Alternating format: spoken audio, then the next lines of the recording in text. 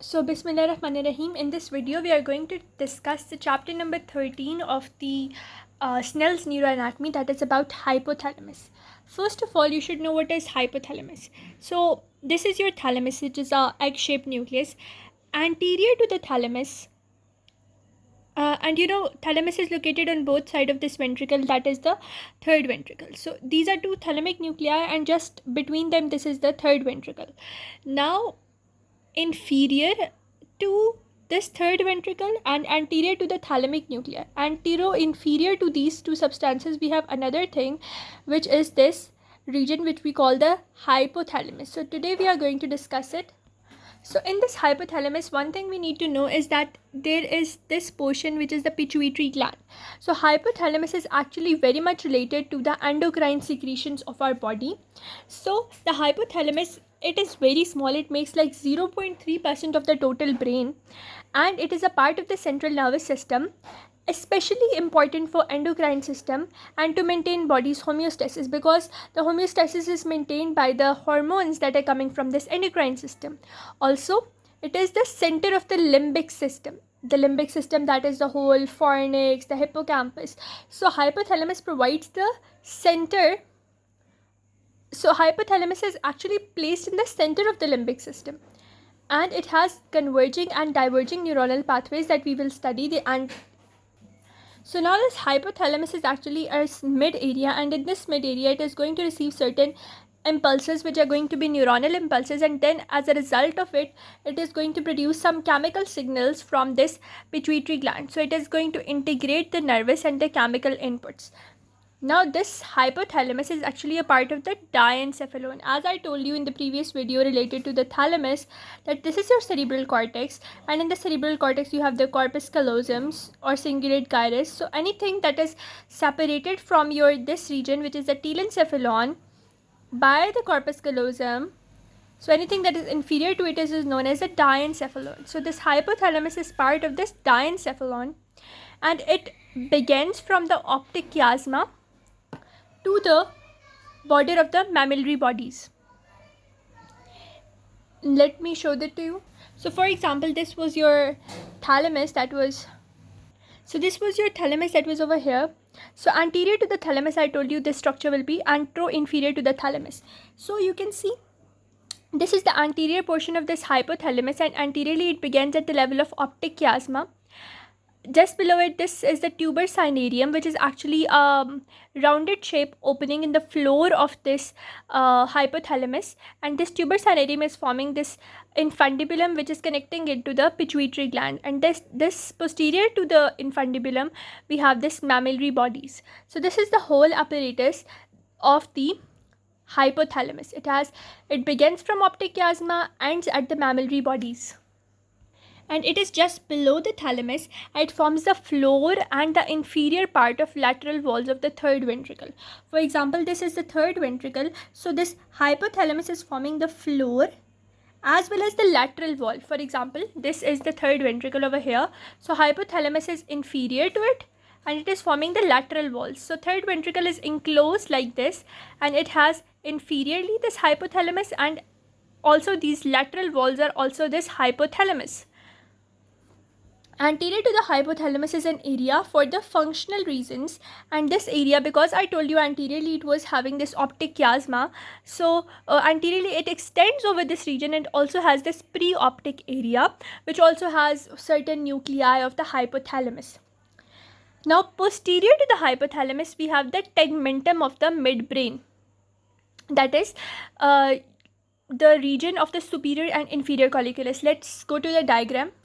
So for example, it was something like this. So you know that your thalamus just has inferior, it has this midbrain portion, and if we make the pons, the medulla like this, and just behind the midbrain, posterior part of the midbrain, we have the superior and inferior colliculus. So you can see the hypothalamus is also related to this midbrain and its tegmentum portion, which is coming inferior to this hypothalamic portion.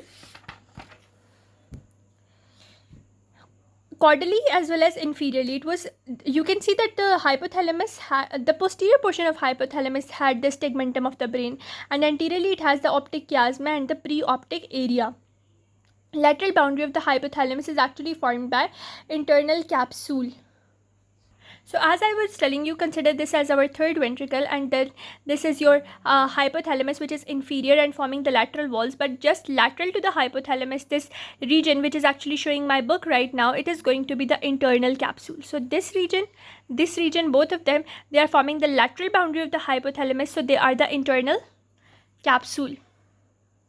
Lateral boundary is formed by internal capsule. When observed from below, the hypothalamus has this optic chiasma anteriorly, the tuber cinereum and infundibulum that connect it with the, the tuber cinereum, this hole, and this infundibulum stalk-like thing which connects it to the pituitary gland.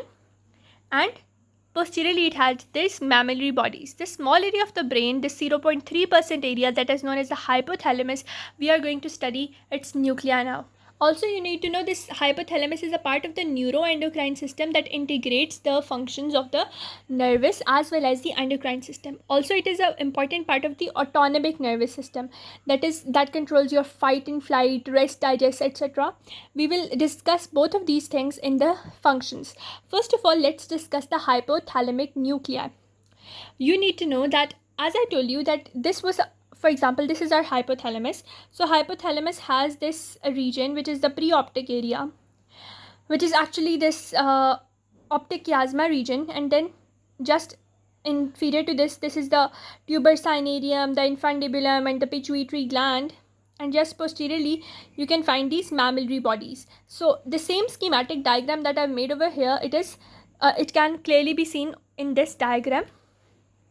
Now you can see that in this optic chiasma region, you can find this preoptic region. So this preoptic region is marking the anterior boundary of your hypothalamus. So now this is the coronal section of the brain, and in the coronal section of the brain, we can see the third ventricle, which is dividing our hypothalamus into two different regions. That is, one is this side and one this side, and both of these sides are very much identical to each other, like my hands. I told you that this third ventricle will be here, and the hypothalamus will be forming the inferior and lateral boundary. You can see this whole thing over here as well. Now if we look at the sagittal or parasagittal section, we can see this whole distribution. So now we look at the parasagittal section, which divides your midbrain into a medial and a lateral portion. So what actually parasagittal section means, it actually means that you cut, now the brain was like this, okay, and now you're going to cut it like this, anteroposterior cutting like this. And when you observe it like this, you get one medial portion and one lateral portion. That is how we are going to study this whole thing.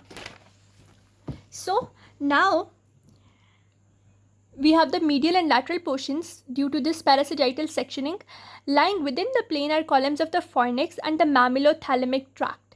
As you know, this is, you can see over here, this is the fornix, and we know that the fornix has connection with the mammillary bodies, also the mammillothalamic tract. This mammillothalamic tract actually connects your mammillary bodies to the anterior nucleus of the thalamus that we have studied in our thalamic chapter as well. Now the medial zone. So this is actually the medial zone of the hypothalamus. Let's zoom in a little bit. So when we zoom into this medial zone, first of all, we can see the fornix, and the fornix is connected to these mammillary bodies. Also, we can point out this mammillothalamic tract. Now what we observe over here in this, anteriorly I told you there will be optic chiasma, and posteriorly the mammillary bodies, and in the midline we will have this very nice pituitary gland with its tuber cinereum. Now anteriorly with the optic chiasma we have this preoptic nucleus, along with that the anterior nucleus. So first of all we have the preoptic nucleus, then the anterior nucleus which is merged with the preoptic nucleus. After that we have another nucleus which is the suprachiasmatic nucleus just above the optic chiasma. So preoptic with the anterior, then the suprachiasmatic. After that we have the paraventricular. After the paraventricular we have the dorsomedial and ventromedial nuclei, because this region is medial, so so a little bit posterior to that we will have the dorsal medial, and something that is anterior, that will become ventromedial. So preoptic, the suprachiasmatic, the paraventricular, the dorsomedial and the ventromedial. And now this infundibular nucleus, infundibulum, it is attached to this infundibular region, na? So that's why it will be called as the infundibular nucleus. This is all the portion of your medial zone. So medial zone has preoptic nucleus, suprachiasmatic nucleus, the paraventricular nucleus, the dorsomedial and dorsoventromedial nucleus, and the spino or the infundibular nucleus. After the infundibular nucleus, we have another nucleus that is placed posteriorly. This is the posterior nucleus. So that covers the medial zone of our hypothalamus. So in this coronal section, when we look at over here, we cannot find the preoptic, the anterior, or the another nucleus which was suprachiasmatic, but we can find the paraventricular, and in this region you can clearly see the ventromedial as well as the dorsomedial nucleus. Along with that, we can also observe the posterior nucleus, but it's not over here. So posterior nucleus will be somewhere over here. So this is how the medial portion is there. Next, we are going to study this lateral portion in the parasagittal section. Now the lateral zone, it actually has this a little bit substances are the same, like the preoptic nucleus, then the suprachiasmatic will be same, but along with that we will have the supraoptic nucleus, and instead of the medial nuclei we will have the lateral nucleus, then the tubulomammillary nucleus, and the lateral tubular nucleus. Let us have a look. Also, some of the nuclei like the preoptic, the suprachiasmatic, the mammillary nuclei, they overlap both the zones. We can see the preoptic was present in both medial and lateral. Mammillary, it was also present in medial and lateral, even though we did not discuss it in the medial, but we can consider it as a medial nucleus. The suprachiasmatic, just behind the preoptic, it was also considered in the medial. So, with the use of the actually what was the main scenario with them, that in the past we could not actually visualize these nuclei, but with the because they had the ill-defined boundaries, but with the use of these histochemical, immunochemical, anterograde, retrograde tracing studies that are held in the lab, we can now see the whole nuclei. Let us look at the nuclei of the lateral zone now. So you can see over here. Similarly, we are going to orient it like this. This is the anterior region because it has the optic chiasm over here, and this is the posterior region because this has mammillary bodies over here.